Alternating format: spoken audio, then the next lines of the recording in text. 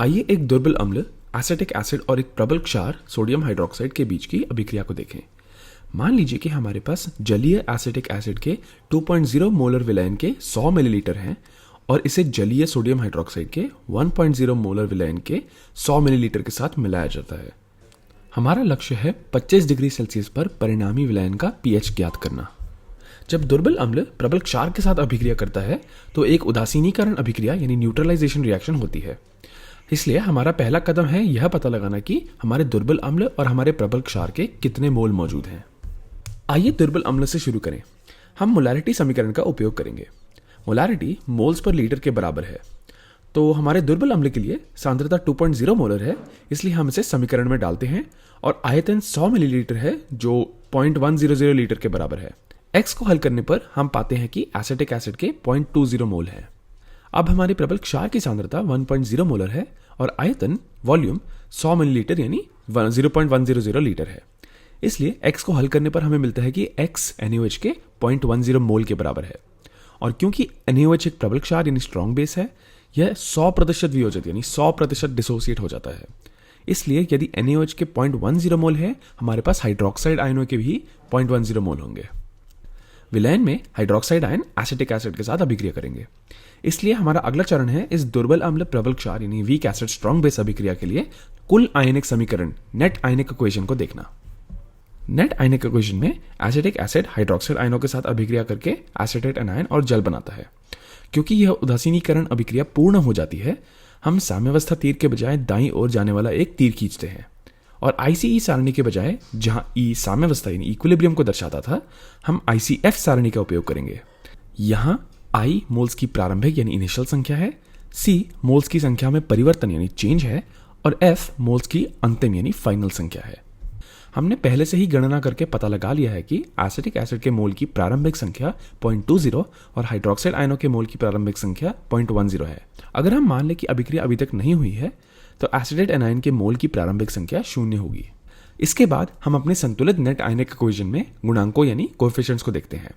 Hydroxide आयनों और acetic acid के बीच मोल अनुपात यानी मोल रेशियो 1:1 है। इसलिए यदि हमारे पास हाइड्रोक्साइड आयनों के 0.10 मोल हैं तो वे एसिटिक एसिड के 0.10 मोल के साथ अभिक्रिया करेंगे। इसलिए परिवर्तन में हम हाइड्रोक्साइड आयनों के लिए -0.10 लिख सकते हैं और एसिटिक एसिड के लिए भी -0.10 लिख सकते हैं। एसिटेट एनायन के लिए संतुलित नेट आयनिक इक्वेशन में गुणांक 1 है।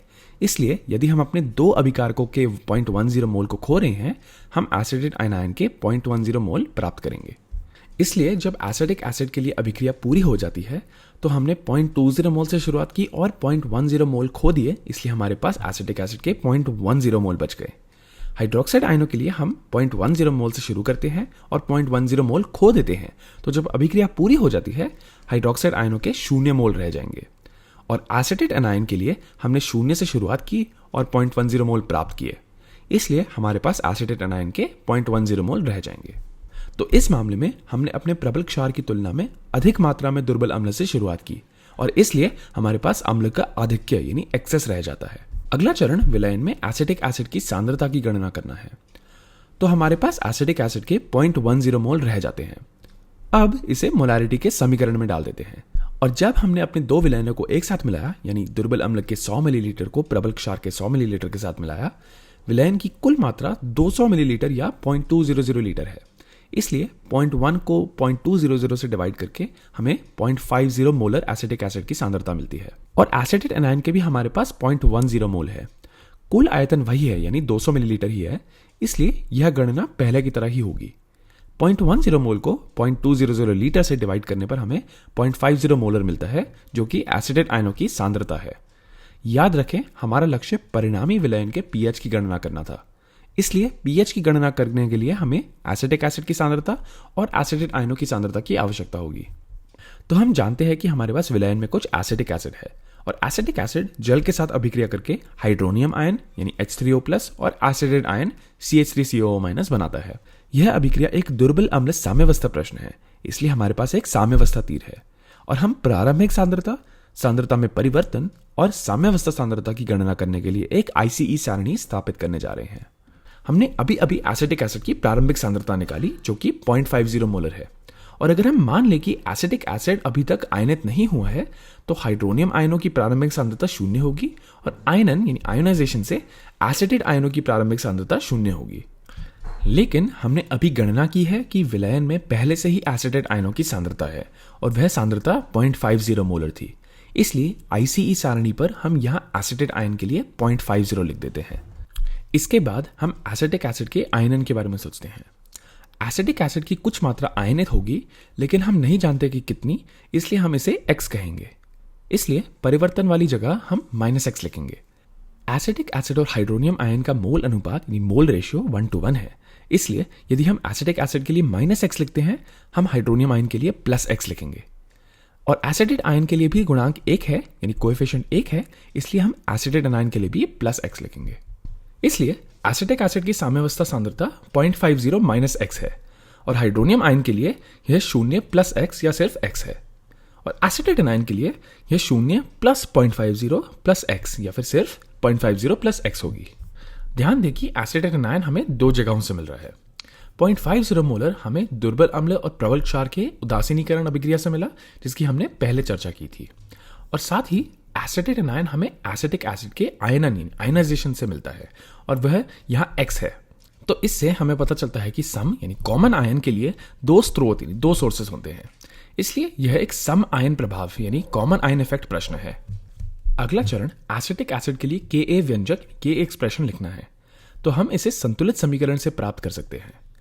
25 डिग्री सेल्सियस पर एसिटिक एसिड के लिए Ka मान होगा हाइड्रोनियम आयनों की सांद्रता और घात में 1 इंटू एसिटेट आयनों की सांद्रता और घात में 1 डिवाइडेड बाय एसिटिक एसिड की सांद्रता घात में 1।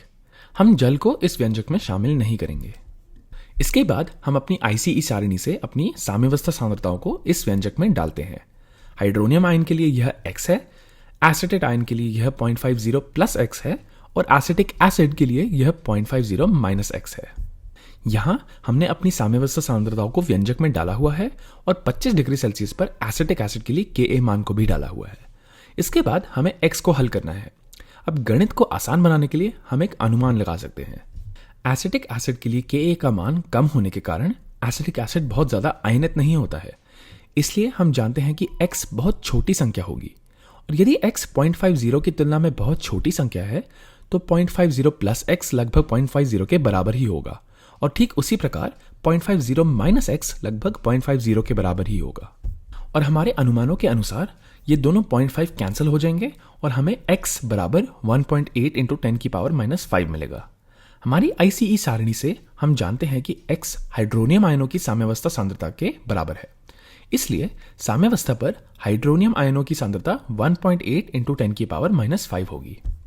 अब याद कीजिए कि हमारा लक्ष्य विलयन का pH ज्ञात करना था।